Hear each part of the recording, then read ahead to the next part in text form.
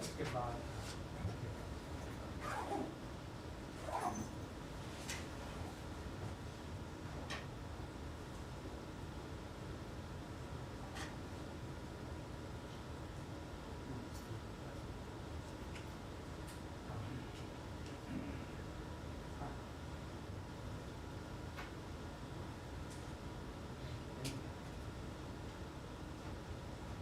मैंने पढ़ने साथ से स्टार्ट एक साथ स्टार्ट किया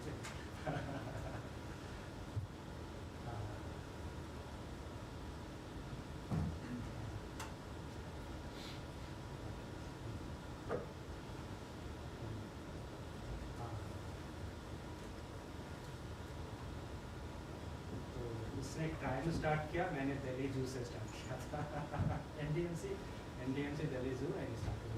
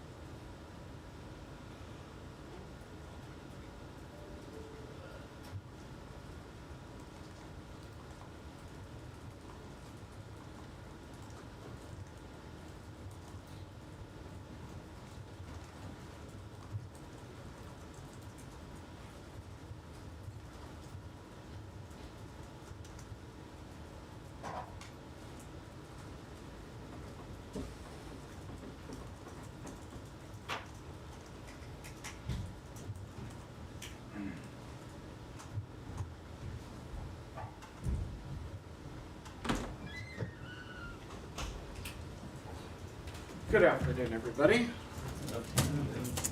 I don't have any comments to offer at the top. Daphne, you want to kick us off? Yeah, thank you. On Gaza, Hamas has said it would not take part in a new round of Gaza ceasefire talks slated for tomorrow. Are your partners in Qatar still working to have Hamas represented? And if so, are you confident that they will end up being represented at the talks? I will let our Qatari partners speak to their own engagements. What I can say is that we are aware of those comments, and we fully expect these talks to move forward as they should.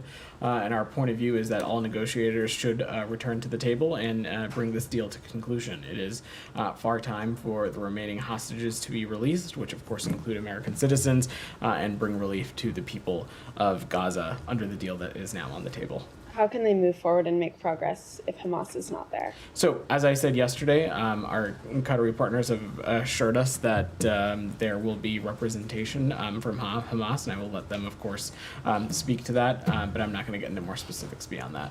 Okay, and what are the remaining sticking points on these ceasefire talks? So, as I've said a number of times this week, so I'm just not going to get into the specifics of the ongoing negotiations from a podium. It certainly wouldn't be helpful to an active and ongoing process. Has language around a permanent or temporary ceasefire been resolved? I'm just not going to get into the specifics of the negotiations.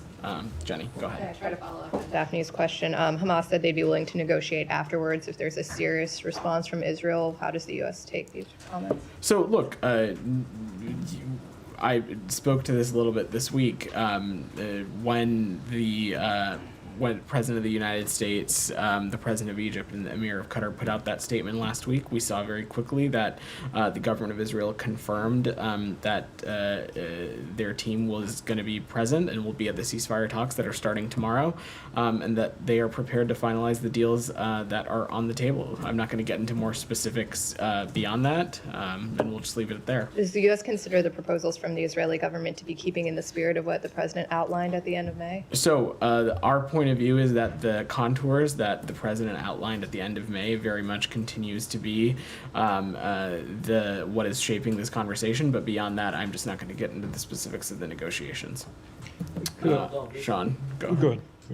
Qatar and Egypt have announced that both foreign ministers received calls from the Secretary of State today. Do you have any readout for these calls? We'll have some readouts to offer, I'm sure, in the next hour or so. We'll have some more to share this afternoon, but these calls are in line with the Secretary's continued engagement on the region and the engagement that he's been doing over the past many weeks, talking to counterparts, working to not only stress the importance and the vitality of getting this deal across the finish line, but also making clear to counterparts that any escalation is not in anybody's interest and certainly not in the interest of the region. Thank you. A couple of things. Yeah. Yesterday, of course, the State Department notified Congress about $20 billion in new weapons for Israel. I realize these won't be delivered for a number of years, 27 and onward. But nonetheless, the timing of this, just 2 days before the ceasefire talks, can we see any linkage to that? Is this comes, of course, after criticism of some of the far-right members. There was a very strong statement by the Secretary on Minister Ben-Gvir's visit to the Al-Aqsa Mosque compound / Temple Mount. Can we see any message in this, particularly in the arms sales? So, Sean, I think the way to look at this is that multiple things can be true and multiple things can be vitally in the interest of the United States. First and foremost, we are continuing to work to secure a ceasefire deal that would bring home all the hostages, that would help alleviate the suffering in Gaza. That certainly continues to be a priority for us. Simultaneously, we have a long-standing military and security partnership with the government of Israel. We recognize that Israel has a right to defend itself from terrorism and security threats. We also acknowledge and have talked a great deal about how Israel continues to face a myriad of threats in the region, not just from Iran, but also from its proxies, such as Hamas, such as Hezbollah, such as the Houthis. That's very much in line with what we've been talking about this week. And also is true, Sean, that there are actions that we think are counterproductive. We think they are a detraction from peace and stability in the Middle East. We also think that they are detractions from Israel's own security. Those things include what we saw Minister Ben-Gvir do yesterday. It's also when we see things like settlement expansions or things like that. Those are things that are not just inconsistent with international law. They are also, detract from our stated goal of a two-state solution and cause greater insecurity in the region. Sure. Specifically in the arms sale. Yeah. I mean, you and Matt have been asked numerous times about the use of U.S. weapons in incidents in which civilians were killed. Have there been any further assurances? I mean, is there a confidence going forward with these weapons have there been any assurances that more care is being taken that U.S. weapons aren't involved? There, of course, is confidence, and as I have said a number of times when we've talked about this issue, there is a long-standing security partnership with the government of Israel, one that spans decades. But that does not change the tools and the mechanisms that the United States has at its disposal to ensure that certain U.S. articles are not being used improperly. That, of course, includes the CHIRG process, which we've talked about before. That includes the Leahy vetting forum. It also includes the policy and guidance that lives within the conventional arms transfer policy. And we also continue to have at our disposal actions that the United States can take to hold certain entities accountable should we need to. I'll let other people continue. Yeah. Saeed, go ahead. Thank you. Vedant, just, actually where Sean left off on the weapons. Mm-hmm. I mean, you're saying that Israel's right to defend itself. We're talking about $20 billion on top of $3.5 billion last week or the week before. It's, paid for by American taxpayers. And that's larger than many, many countries, maybe 70% of all countries in the world. I don't know, I'm not an expert. To be used against defenseless people. Can't you tell the Israelis that they should not lower down the amount of damage, but they should not be bombing the places like Tabain School or UNRWA schools or hospitals and so on? Can you tell them that you must not use In every engagement site, we stress the importance and the strategic and moral imperative our partners in Israel have to minimize impacts on civilians and to minimize civilian casualties. That being said, Israel absolutely has every right to defend itself. It has every right to hold to account the terrorist actors of Hamas that undertook the horrific October 7th terrorist attack.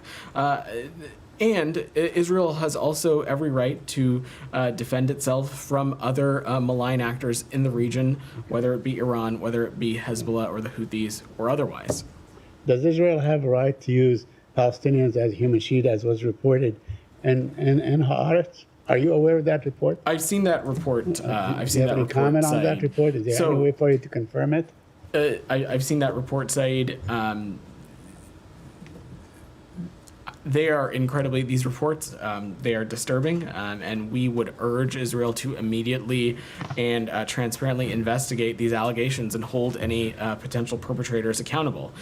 Israel has a responsibility to comply with its obligations under international humanitarian law, but I also just want to stress, Saeed, that they are just reports at this point, and that is why we would encourage Israel to look into what's going on. All right. Well, many of these weapons used were actually designed as bunker busters in Afghanistan, but that's another issue. Let me ask you something. The president said that he expects Iran to hold off on an Israeli attack if Gaza ceasefire is reached. How did the president arrive at this, or how did the government arrive at this? Through direct negotiations? Has there been like a promise by the Iranians, if you guys go effectuate a ceasefire, then we are not going to attack? I don't have anything else to offer on the president's comment, Saeed, beyond just saying that getting a ceasefire deal is of vital importance to the region. It could help release the hostages, including the remaining American citizens. It could create the conditions for an increased influx of humanitarian aid, and more importantly, it will help get this region out of these endless cycles of violence that we keep finding ourselves talking about. Yeah, on the talks, my final topic, where Jennifer left off on the talks. Now, Hamas is saying, look, we're not going, and we already agreed to what was proposed to us back in 31, and so May 31. now the Israelis are changing their terms. Are you sure they are not? I mean, the New York Times reports and authenticates that, in fact, Prime Minister Netanyahu has already changed and has added more demands. Is the proposal still, does it still maintain the same integrity as it was submitted back on May 31? So, Saeed, I'm just not going to comment on purported or alleged leaks of documents and on private diplomatic conversations. What I can say is that the ongoing conversations have and continue to have the contours of the plan that President Biden laid out at the end of May that had support from the Arab world, has support from the UN Security Council, has support from allies and partners like NATO and the G7, and that's what we'll continue to remain focused on. But you would agree that if the proposal was changed, then I'm it just has no not going to go, get right? into the specifics of the process, Saeed. Thank you. Alex, go ahead. Quickly on Austin, if I move to Ukraine after that. The Secretary issued a statement this morning saying that we have repeatedly offered to find a way to bring him home.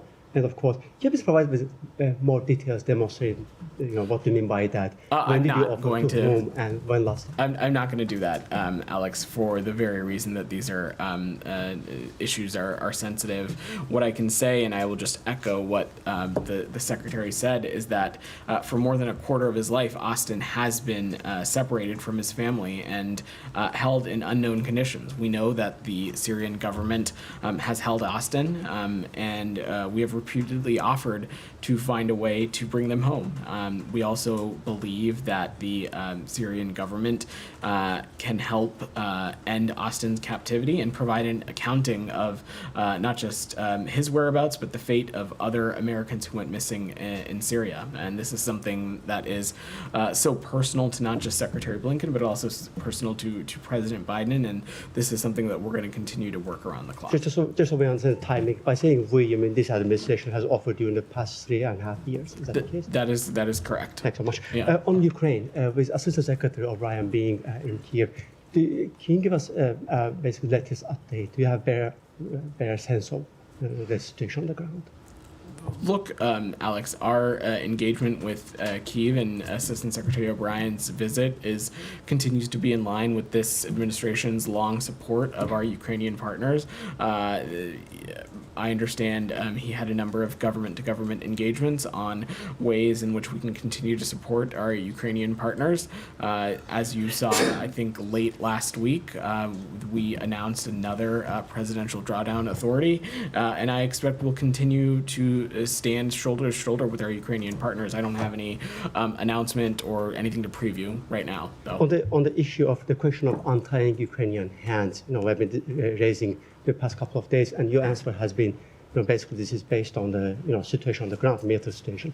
Now, with Ukraine changing the front line well back into Russia during the past couple of days, why still letting Putin enjoy sanctuary inside Russia? So I'm just not going to preview any actions, Alex, and I will let our Ukrainian partners speak to their own military operations.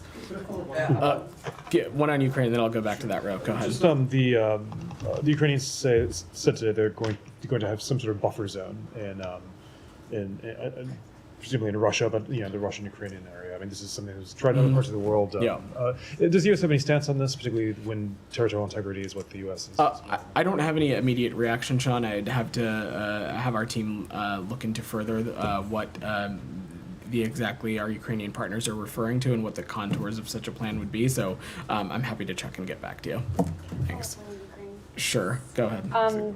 Are you able to say whether U.S. weapons are being used in the offensive in Kursk? I will let our Ukrainian partners speak to their own military operations. And what concerns, if any, does the administration have about U.S. weapons potentially being used in the offensive? Look, Daphne, I think we've danced around this issue this whole week, and I will echo what I said to Alex and a couple others. Again, the only reason that you and I are even having this exchange is because Russia is a country that in February of 2022 attempted to subjugate Ukraine's borders illegally and in total violation of the UN Charter. And so our responsibility as the United States is to continue to stand with our Ukrainian partners. That's what we'll do. As it relates to some of these specific activities, the U.S. has not been engaged or involved in any of the planning or preparation for that, but we continue to have a responsibility and will stand with our Ukrainian partners as they defend themselves. So is the U.S. okay with it if Ukraine does use U.S. weapons in this incursion? Our policy has not changed, Daphne.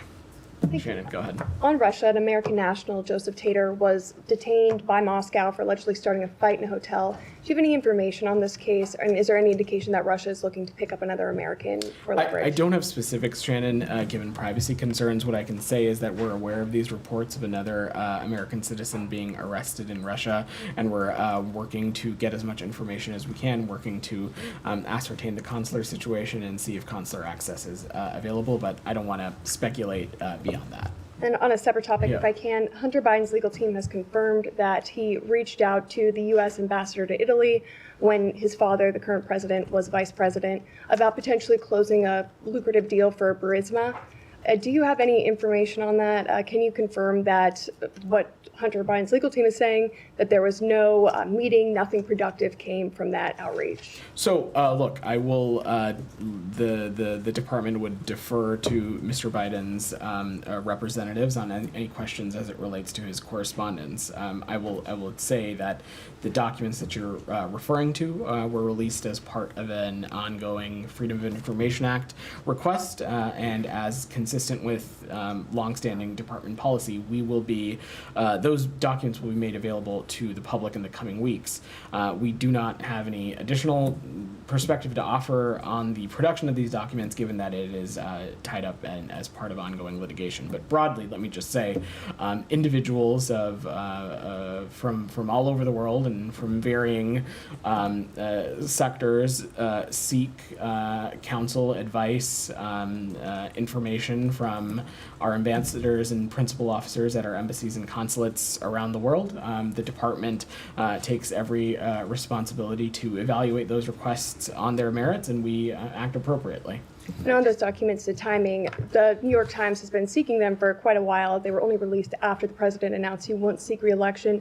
Is there anything to that timing? And the initial letter from Hunter Biden was never released by the State Department. Will the document be made available? I would not read into anything into the timing. These FOIA processes are long, robust processes, and they are frankly independent of what else is happening in the world, but I'm happy to check if we've got anything else to offer on the timeline. Just to follow up Yeah, on the go ahead. second point. Would you just say, generally speaking, I know you went into some of that detail, would you say, generally speaking, that that is a common practice, that individuals here in the U.S. would reach out to embassies internationally and seek Are you their asking guidance? me if American citizens reach out to embassies and consulates For around guidance their world? and for specifically for introductions So, or meetings, et cetera? as I said, American citizens of varying backgrounds, of varying from varying sectors of the world reach out to our embassies, either directly to staff, either directly to our ambassadors or our principals officers,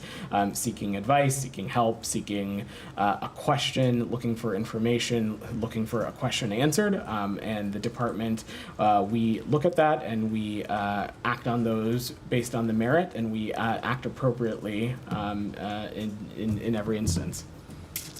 Michelle. go Yeah, ahead. can we go back to the Middle East Sure. again? I know that Mr. Hochstein works for the White House, but he was in Beirut today. Did he make any progress in his discussions there? And did he bring to the table any new ideas or offers?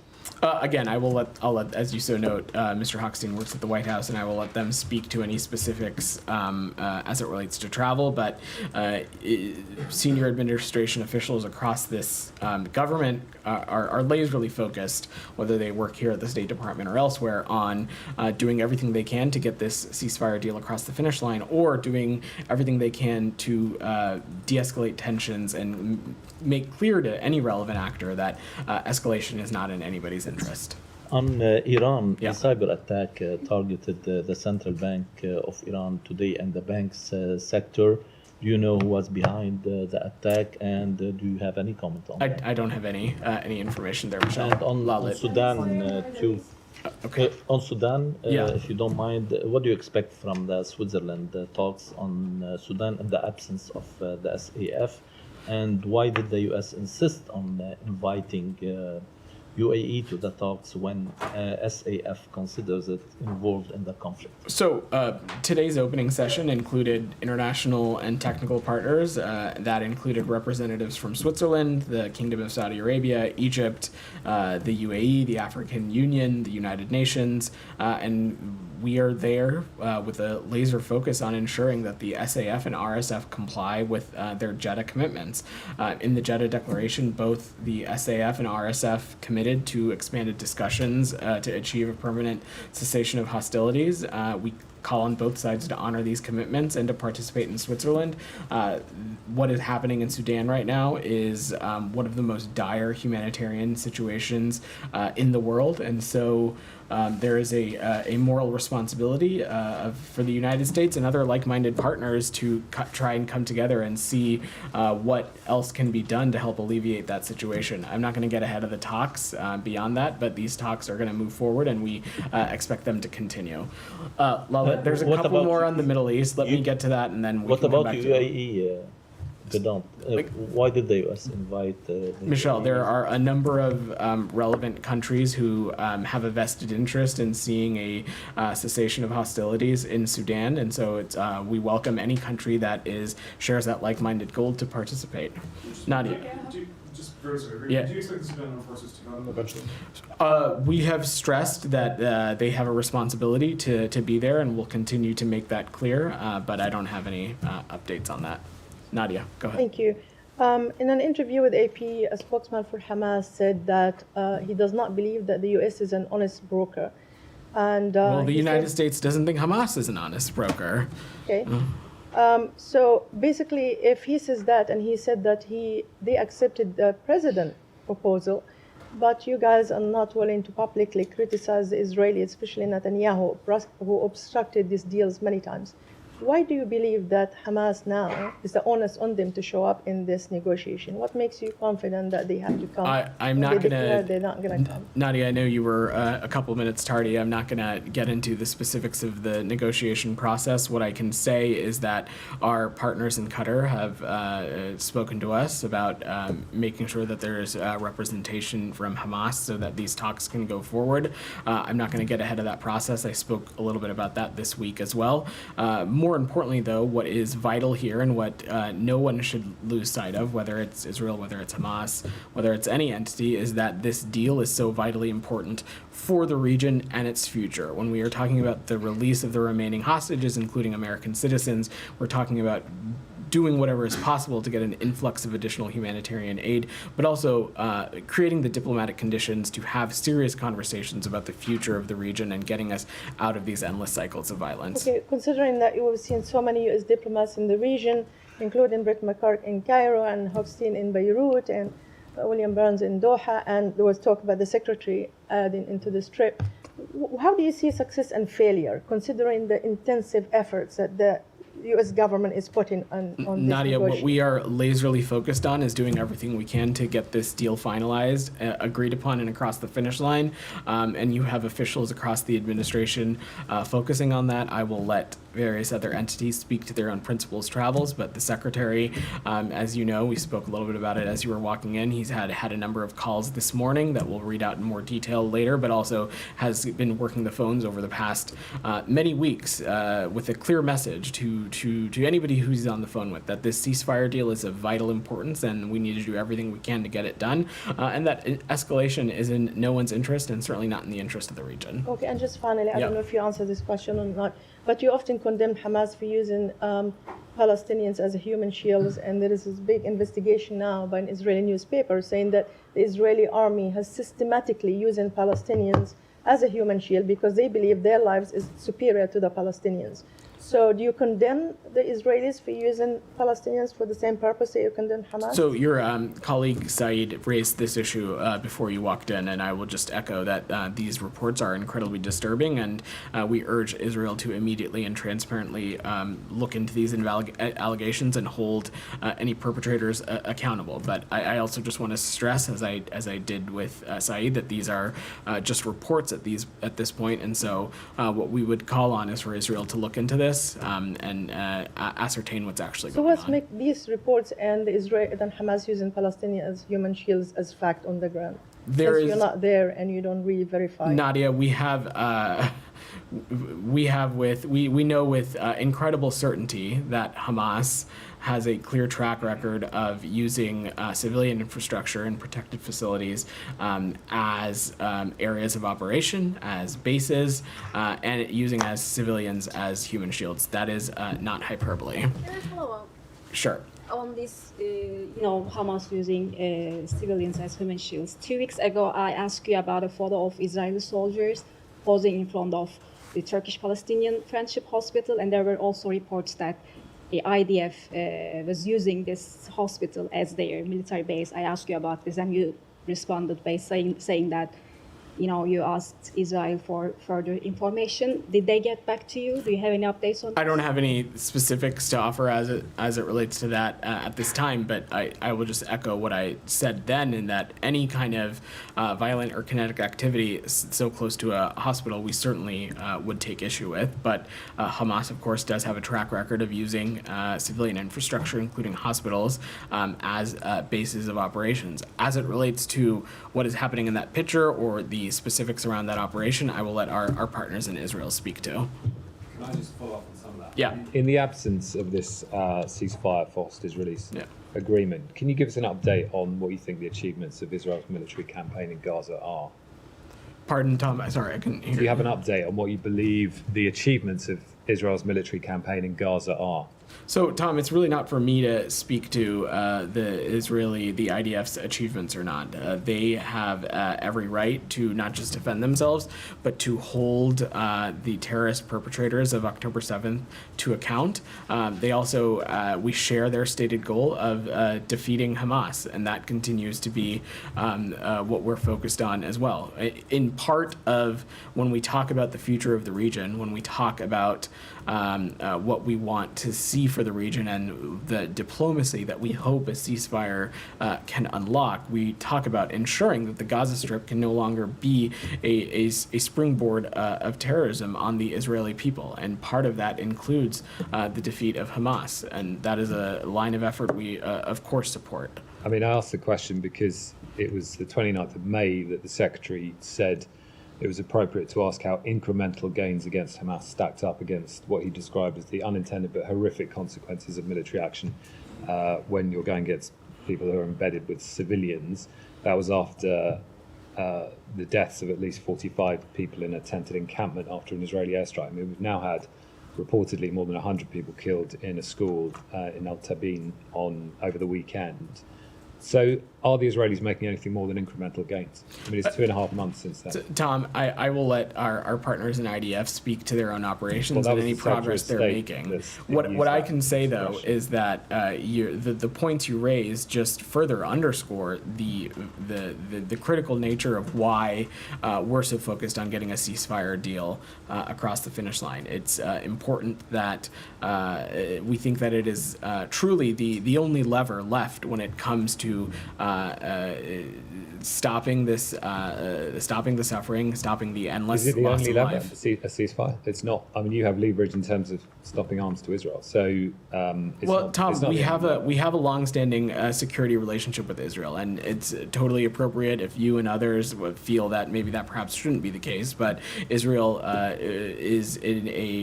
faces threats from not just Hamas but Iran and other Iranian proxies, and this is a security partnership that is going back decades. And I will just stress again, and Sean rightfully added it at the onset of his question, that the security systems that were notified yesterday, we are talking about systems, some of which would really have no use in such a conflict in Gaza in the first place, but also we're talking about systems that the earliest some could be delivered is 2026, with the vast majority of them falling somewhere between 2027 and 2029. Okay, but I mean, when you say it's the only lever, I'm just asking a question, but the point is that the Secretary 2.5 months ago described incremental gains against Hamas. So that's why I'm asking the question 2.5 months later, when you've continued a military assistance relationship that funds Israel's campaign in Gaza. I'm just asking the question, are the gains anything more than incremental against Hamas? Tom, we've come to the conclusion that what the best thing, the best path forward is for this ceasefire deal to get across the finish line, and that's what we are lazily focused on. DR. Go ahead. Sure. Sorry.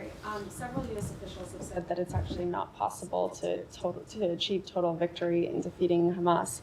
Given that, does the U.S. really share Israel's goal of defeating Hamas? We do, and we think that a ceasefire deal is the first step in a direction of ensuring that the Gaza Strip can no longer be used as a springboard for terrorism against the Israeli people. And do you think it's achievable?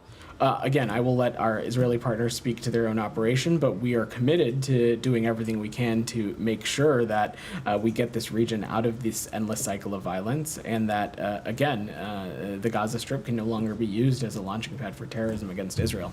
DR, go ahead. Daphne, you've got like 6 questions. I'm going to work the room. DR, go ahead. There are some reports suggesting that the U.S. and Iraq has reached an agreement about the withdrawal of the U.S. forces in Iraq, and it starts the next month. And also the Iraqi foreign minister is scheduled to visit Washington, D.C. to meet with the U.S. officials on this agreement. Do you have anything to share with us on this? So we have held discussions with the government of Iraq on the future of Operation Inherent Resolve since last year. This includes when Prime Minister Soudani met with President Biden here in D.C. in April. And at no point did we discuss the withdrawal of U.S. forces from Iraq, but we continue to discuss the transition to what we would say a bilateral security partnership, as highlighted in Prime Minister Soudani's readout of his call with Secretary Blinken. These discussions are ongoing, and it is a process that builds on previous bilateral strategic discussions, and it's rooted in what I would say, which is our mutual commitment to security cooperation and a shared interest in regional stability. But I don't want to get into more specifics beyond that, and I'm sure my colleagues at the Pentagon can talk more. No agreements been reached between you and Iraq? No conclusive assessment to offer. And do you have any updates on your diplomatic engagement with Iran about their attacks on Israel? Said asked you about the president's comments. What makes you expect Iran is not attacking Israel if you get a ceasefire deal? So look, I'm not going to speculate on any kind of timeline or window as it relates to a response or any kind of retaliation. What I can say is that Secretary Blinken, the president, others across this administration have been deeply engaged in sending a clear message about de-escalation and sending a clear message that every thing needs to be done to get this ceasefire deal across the finish line. Jenny, I said your hand up. Just to follow up on Iran, is it still the case there's been no direct engagement between the U.S. and Iran? That is the case. And do you feel that your deterrence efforts have worked, given that there hasn't been a retaliatory act? I just don't want to speculate again on a window or any possible retaliation or response, Jenny. I will use the chance to again echo what I've said, which is that the calls that the secretary has had today, the calls that he's had earlier this week, last week, he is deeply engaged on this issue and using every possible opportunity to not just stress the importance of getting the deal done, but also stressing the importance of de-escalation. And then to follow up on one thing you said in response to that Haaretz report, you called on the Israeli government to transparently look into these. The State Department has called a number of times for the Israeli government to look into reports of abuses. Have they ever gotten back to you with any sort of answers on these reported abuses that are taking place? There is a close information sharing relationship between us and Israel. I'm obviously not going to speak to every single issue or every single incident that's been raised, but there is a close information sharing relationship with Israel, and we, in this instance, would welcome them sharing more information with us on what transpired.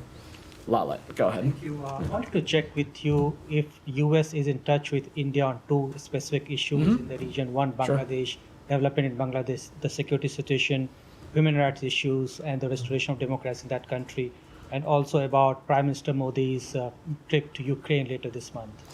Yeah, so first let me start with the second part of your question. I will let the Prime Minister's office speak to any of his own travel. I don't have anything to offer there, but we, of course, are in touch with our Indian partners on a number of issues and, of course, would welcome India's engagement in the war between Russia and Ukraine, especially as it relates to ensuring that we get to a just and durable peace that is reflective of what our Ukrainian partners are attempting to do, which is defend their territorial integrity and sovereignty.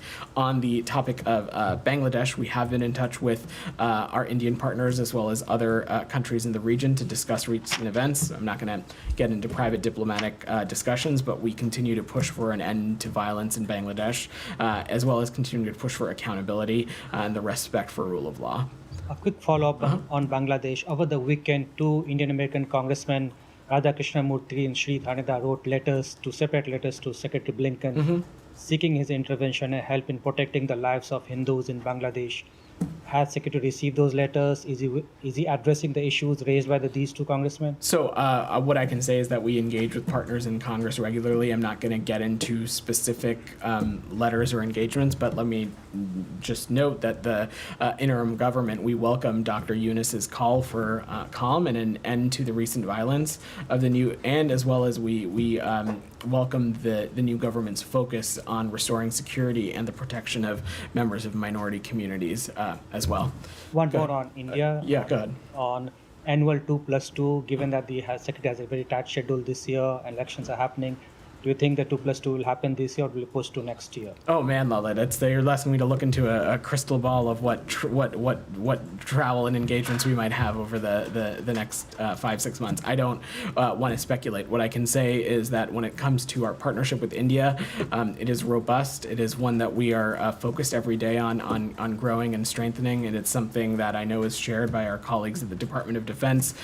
But as it relates to any kind of specific 2+2 meeting or engagement, I just don't have anything to preview. One final one, I can ask you. What is Secretary's expectations from the new role that he has given to Rich Verma on Ukraine? Yeah. So to take a step back, Deputy Secretary for Resources and Management, Rich Verma, is going to be carrying on the work that Special Envoy Penny Pritzker has started when it comes to reconstruction and economic issues as it relates to our Ukrainian partners. And really, I think Deputy Verma is going to continue to build on the foundation that Special Envoy Pritzker laid when it comes to private sector engagement, when it comes to working with our allies and partners to marshal the economic support that we know is so critical to the future of our Ukrainian partners. Deputy Verma is an experienced diplomat with extensive experience, not just in government, but also in the private sector. And so I think he has a unique position and a unique perch and a unique perspective to bring in continuing to build on Special Envoy Pritzker's work. Thank you. In the blue in the back, go ahead. Thank you, Vedant. Yeah. On Afghanistan, I'm not sure if you've seen, but the Taliban has been posting a video on social media of a military parade online, purporting them showing and operating U.S. weapons. Can you confirm their claims are true? Do you have any comment? To our knowledge, first, let me take a step back. I've not seen the specific video, and so I would have to look at that first. But let me just say that to date, no country has publicly announced that it recognizes the Taliban as the government of Afghanistan, and we continue to, in close coordination with allies and partners, call on the Taliban that they need to substantially improve their human rights record before any normalizations of relations. When it comes to any security systems in Afghanistan that may be remaining, I will let our colleagues at the Pentagon speak to that. I think Admiral Kirby, when he was at the Pentagon during the withdrawal, spoke a great deal about this, and I will not just point back to those comments, but defer to the Pentagon to speak. And a quick question on another region, going down to Central America. Back in 2023, in December, 11 Nicaraguan pastors who were associated with the U.S. ministry were arrested on charges of money laundering. They've recently been sentenced to 12 to 15 years in prison or to pay $80 million in fines, what their representatives have called as a sham trial. What's been the State Department's role in pressing to free these pastors, and is there any progress that's been made since their sentencing? I don't have any progress to offer at this moment. What I can say is that this is an issue that we are paying close attention to and deeply engaged on.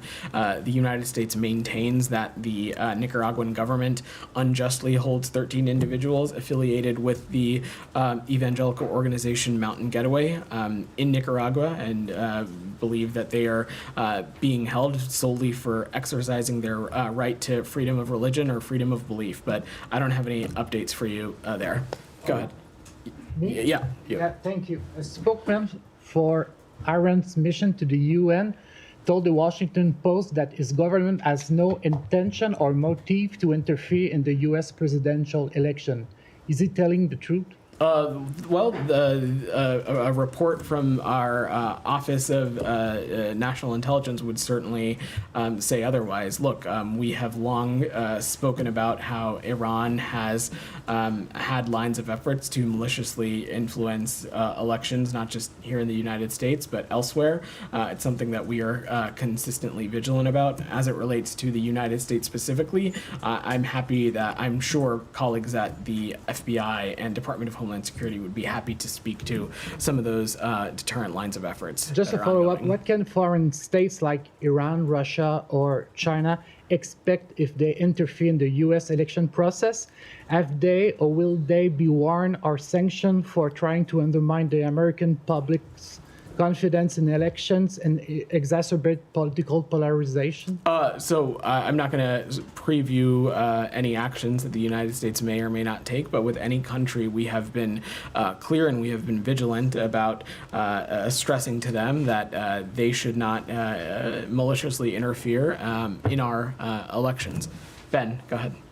Thanks, John. Real quickly on Japan, can I get your reaction to Prime Minister Kishida's announcement that he will not run in next month's LDP leadership election, and what are U.S. expectations of Japan's next leadership? So let me answer the second part first. The leadership and the governance of Japan is, of course, up to the Japanese people to determine, and I have no doubt that whoever ends up assuming that position and office, that we will continue to deepen our alliance and partnership with Japan. Let me just say about Prime Minister Kishida, he has been an extraordinary friend to the United States, and we deeply appreciate his steadfast partnership and his visionary leadership.